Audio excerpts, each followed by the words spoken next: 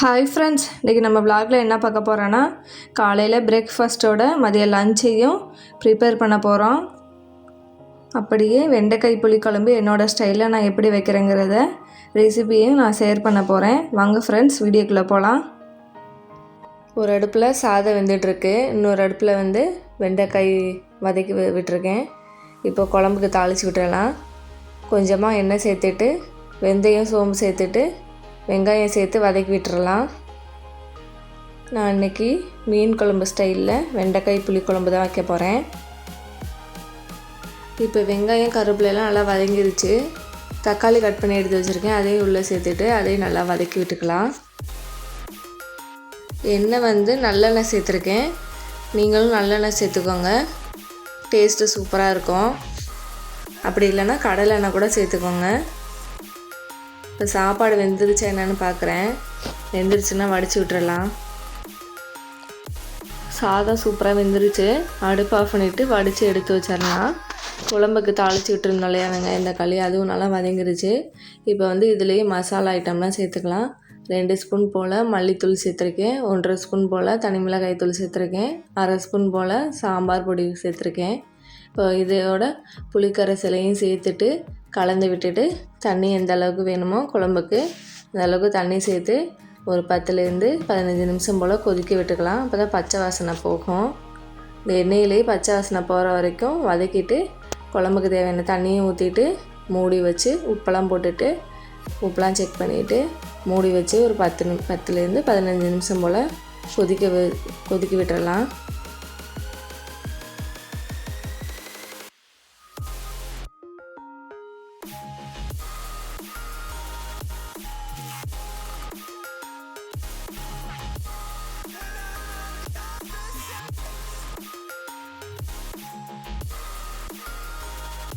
குழம்பு கொதித்து 10 நிமிஷத்துக்கு மேலே ஆயிடுச்சு. இப்போ வெண்டைக்காயை சேர்த்துக்குவோம். வெண்டைக்காயை வந்து கொஞ்சமாக எண்ணெய் சேர்த்து வதக்கி வச்சுருந்தேன். அதை வந்து கொதி வந்த பிறகு தான் சேர்க்கணும், அப்போ தான் வெண்டைக்காய் வந்து உடையாமல் இருக்கும். இப்போ குழம்பும் பாருங்கள் நல்லா கொதித்து கொஞ்சம் திக்காயிருச்சு. இப்போ வந்து வெண்டைக்காயும் உள்ளே சேர்த்துட்டு கலந்து விட்டுட்டு ஒரு 5 நிமிஷத்துக்கு காய் வேகிறதுக்காக மூடி வச்சு குக் பண்ண விட்டுறலாம். நான் புளிக்குழம்புக்கு வந்து தேங்காய் அரைச்சி ஊற்றுவேன் வெண்டைக்காய் புளிக்குழம்புக்கு.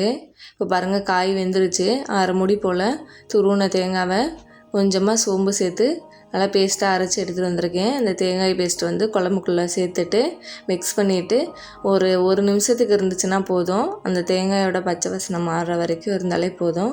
குழம்பு நம்மளுக்கு ரெடி ஆயிடுச்சு. அடுப்பு ஆஃப் பண்ணிவிட்டு நம்ம வந்து சுட சுட சாதத்தில் சேர்த்து சாப்பிட வேண்டியது தான்.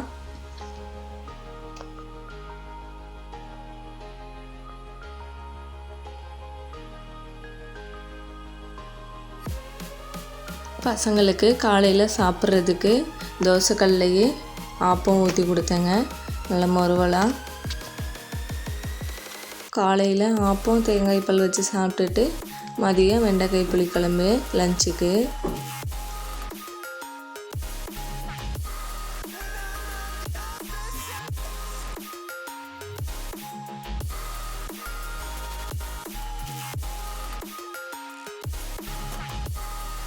பசங்களுக்கு காலையில் ஆப்பம் சாப்பிட வச்சுட்டு லஞ்ச் பேக் பண்ணுறதுக்கு ஸ்டார்ட் பண்ணியாச்சு. சாப்பாடெலாம் ஆற வச்சுட்டேன். நம்ம குழம்பு பாருங்கள் நல்லா எண்ணெய் பிரிஞ்சு சூப்பராக இருக்குது. இப்போ வந்து 2 பாக்ஸ்லேயும் குழம்பெல்லாம் ஊற்றிட்டு லஞ்ச் பேக் பண்ணிவிட்டு ஸ்கூலுக்கு பசங்களை அனுப்பிச்சி விட்டாச்சு.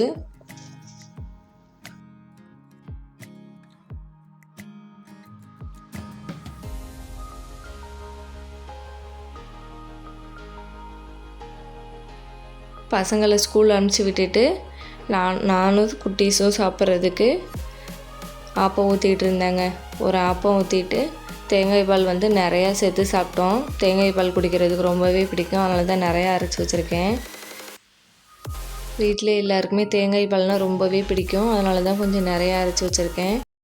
நானும் தம்பிங்களோடையே இன்றைக்கி நேரமே சாப்பிட்டுட்டு தம்பிங்களுக்கு லஞ்ச் பேக் பண்ணி அனுப்பிச்சி விட்டாச்சு. சுட சுட சாதம், சூப்பரான வெண்டைக்காய் புளிக்குழம்பு, ஸ்நாக்ஸுக்கு கொய்யாப்பழம், 2 பால் பன். இதுதான் இன்றைக்கான பிரேக்ஃபாஸ்ட்டும் லஞ்சும். இதோட நம்ம vlog முடியுது. நாளைக்கு வேறொரு vlogல பார்க்கலாம். Bye friends.